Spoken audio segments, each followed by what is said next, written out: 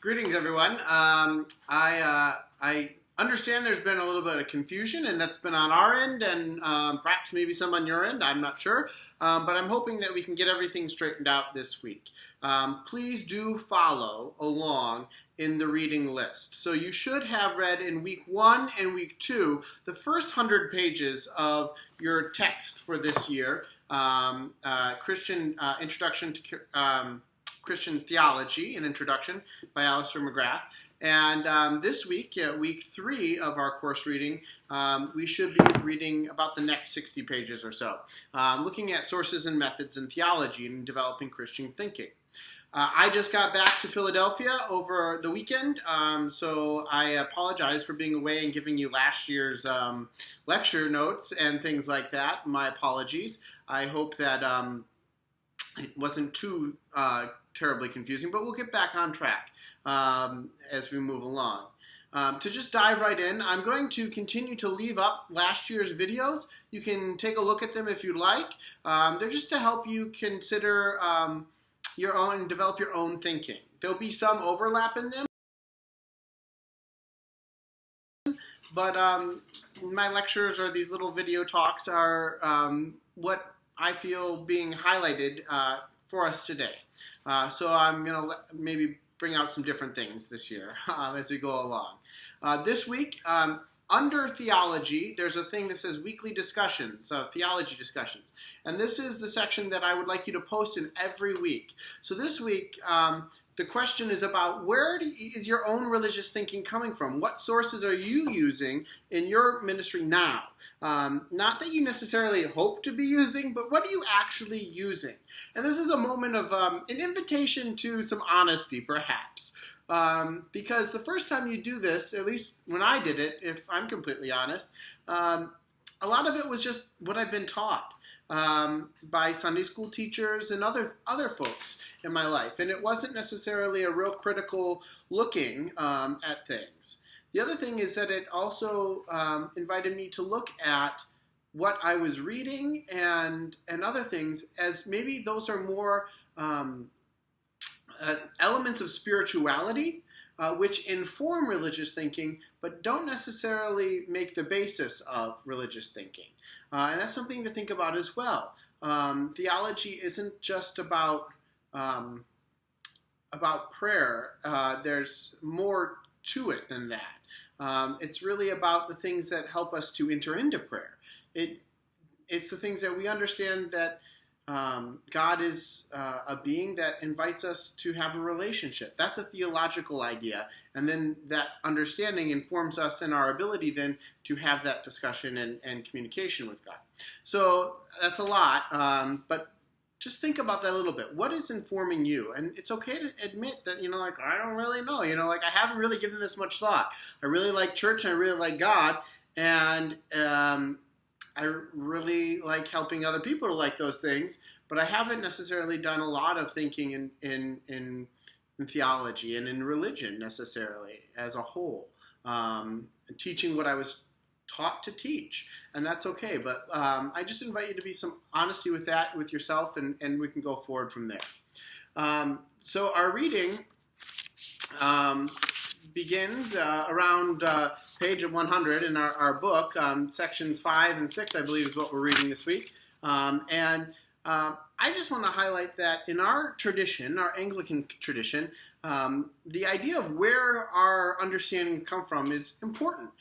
We hold up, and you've probably heard it, the three-legged stool of Scripture, tradition, and reason. That these are the places that we go to when we're trying to develop an understanding about just about anything. Religion is one of the things that's important about religion, I believe, is that it helps us to understand our entire life, all the things that we encounter more fully. Now, this hard sciences and social sciences, they give us data and theories and other things that really do help us to understand things in a kind of critical way. But there's still some bit of mystery and awe to it. I can remember taking a chemistry course in college at a small Christian school in Kentucky, and our professor for one of our daily prayers and devotions before class, he spoke about looking at a spider web. And he was looking at that spider web and just in awe of how beautiful it was and everything. And then he started looking at, well, that spider web is made of this compound and that compound, and the spider uses this to trace its path and all of these things. But in the end, it was still like there's still some sense of more than that. There's something beyond just those hard things. And I think that's what religion we're trying to get at. What are the things that we use to try to get at those things? And to try to understand them for our own being and to help other people to understand them. In our own Protestant traditions, being the Via Media in a weird sort of way, that it wasn't necessarily on purpose that we ended up like this, but we are. This halfway Catholic, halfway not, kind of cool with Orthodox stuff too. It leaves us in a weird place that sometimes we forget to look at where things come from, and we kind of treat it very much like a big buffet. And we just start taking things like, oh, that idea sounds really good, and it's really, I like that. And that's perfectly acceptable. But the question is, how does it all fit together? And where's that idea coming from? How do we know what we know? In our own, in the Protestant tradition, I think that's one of the questions that comes up a lot, and we've neglected it. We haven't looked at philosophy in ways that we probably should have, and how it informs our theological thinking, how we develop arguments and understanding. And so I encourage you to think about, how are you using philosophy? How are you developing the religious thinking of the children, youth, and family that you're working with? That's a big, important question. For us in our tradition, though, we do have the three-legged stool, Scripture, tradition, and reason. And these are really important things to look at. In your text, you're going to read some about all of those things, and Scripture being a big one. Bishop White, our first presiding bishop and the first bishop here in Pennsylvania, he said that Scripture was that foundation for us as Christians. It wasn't that it was like, he didn't necessarily see it as a true three-legged stool. He saw it that Scripture was the foundation. It was the thing on which we built everything. And then we used tradition and reason as glasses. And they were each a lens in which to look at Scripture to help unlock the deeper understandings of revelation. And I think this is an important thing for us to think about, is how do we treat Scripture? What is its role in your life? In my own life, it's changed. I grew up in a very conservative, evangelical, fundamentalist kind of tradition, and now Scripture is a very important part of how I develop my thinking, and it informs it.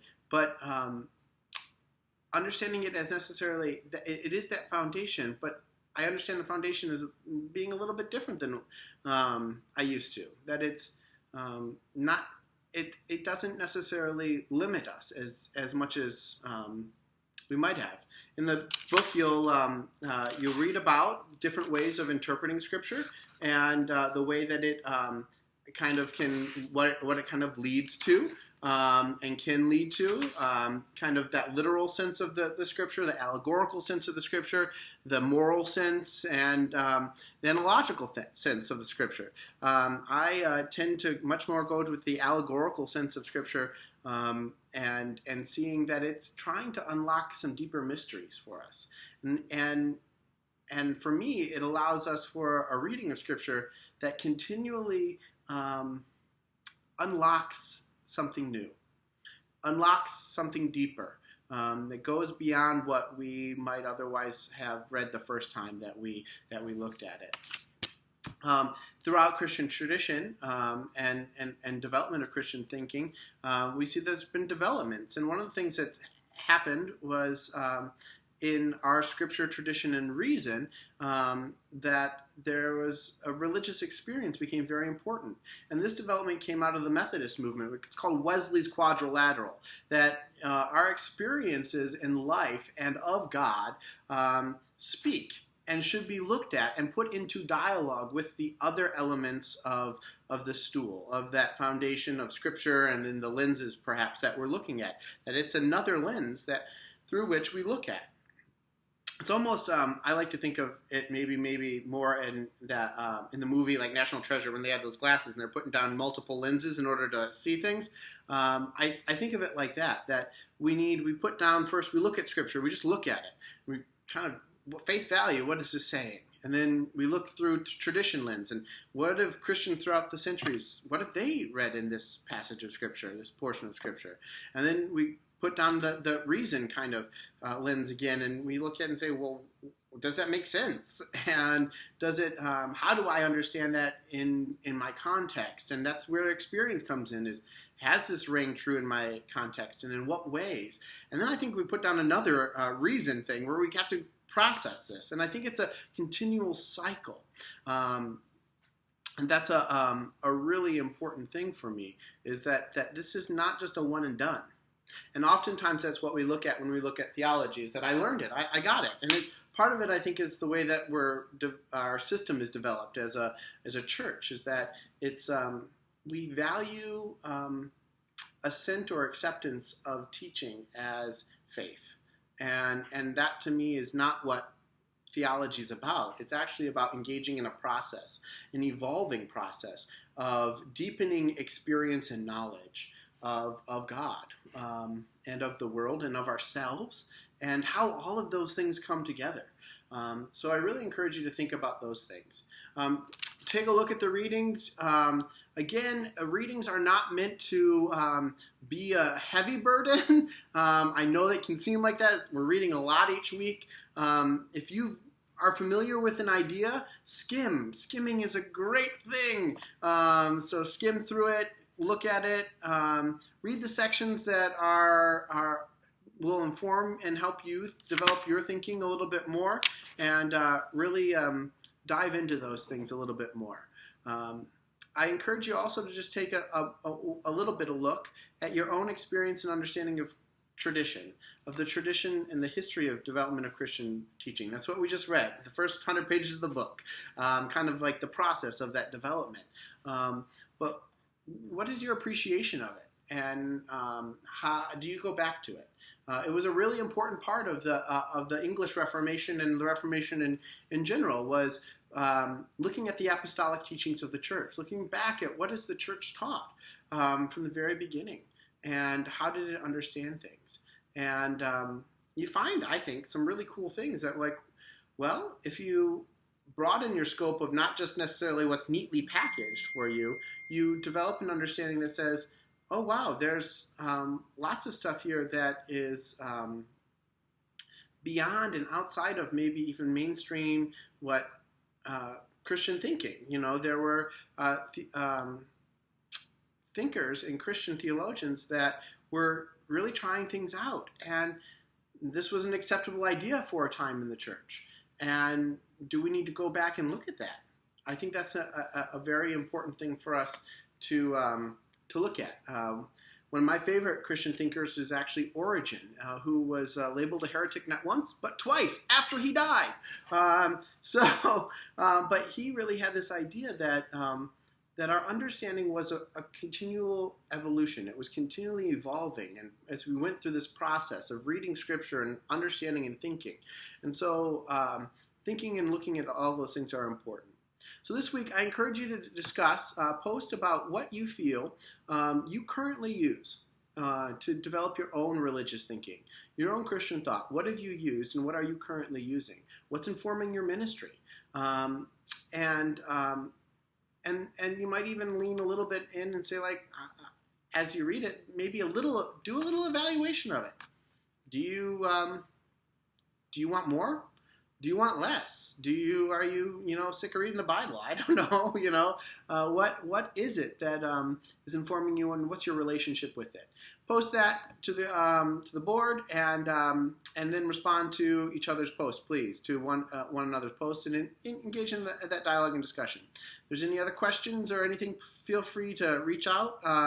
Again, I wish you happy reading as you continue to make your way through the materials. Thanks so much. God bless. Bye-bye.